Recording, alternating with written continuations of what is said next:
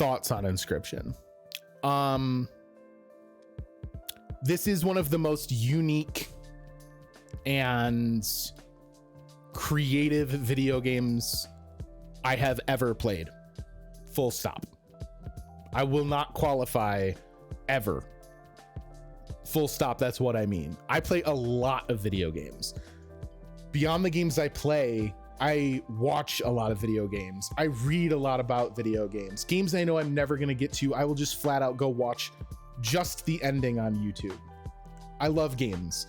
I love the stories they tell. I love the way that they take game mechanics and turn them into something that furthers that story, that deepens that connection with the player.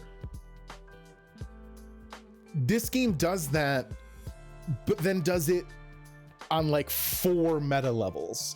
It does that enough to get you into the game and get you hooked. Then it does it enough for you to realize that there's something deeper going on.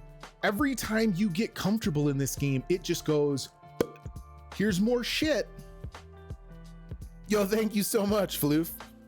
Posted the 3-part and you'll dig this. Yo, thank you so much. I'm gonna for sure check that out. Guys, anyone who's not, if you hit the Gilded, Juki has taken a lore video series and dropped it in. My favorite clip is Best Snort. This game's brilliant. Every time I thought I was starting to understand what was happening, there was something new. And sometimes it was because the game mechanics were changing. Sometimes it was because the overall kind of frame narrative threw a curveball. Sometimes it was just because I was so uncomfortable that I like made it weirder for myself, right? Like, this is a really special piece of game making. And it is also just a super creative story, period.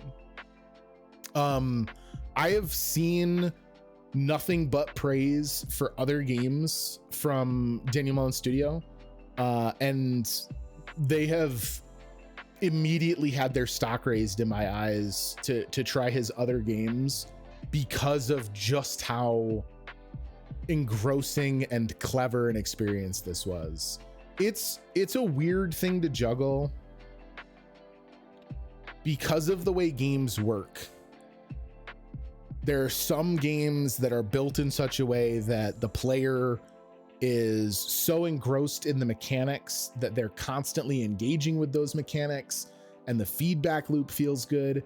But when that happens, when you have a game that's like that, you're constantly aware of that, right? Think of games like The Sims or idle clicker games, right? That immediate thought of player input, game reward output, and how you feed into that loop. I play a lot of a tactical RPG franchise called Disgaea that plays just like that.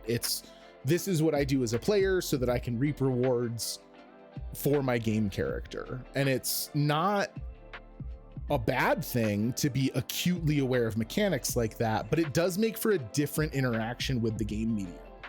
Other games pull you into the story so hard that the mechanics just become part of servicing that story, right? We talked a little bit earlier about Life is Strange. We've just recently played them here on the channel.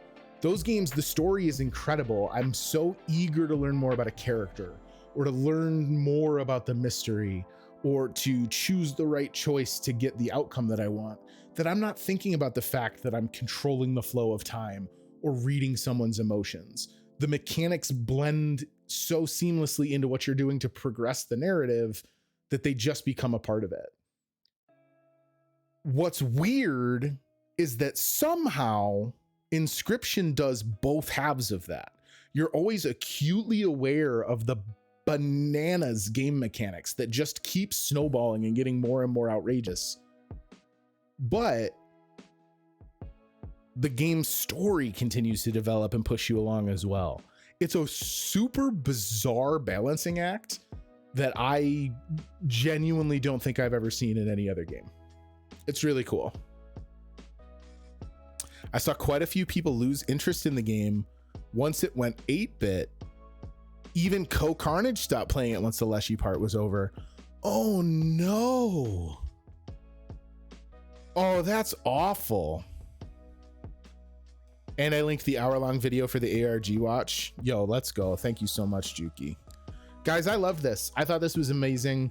If you've been here hanging out for the whole thing, probably still play it. I don't know how to tell you how fun this game was just from like engaging with it, but even knowing the outcomes, I still think this would be super enjoyable.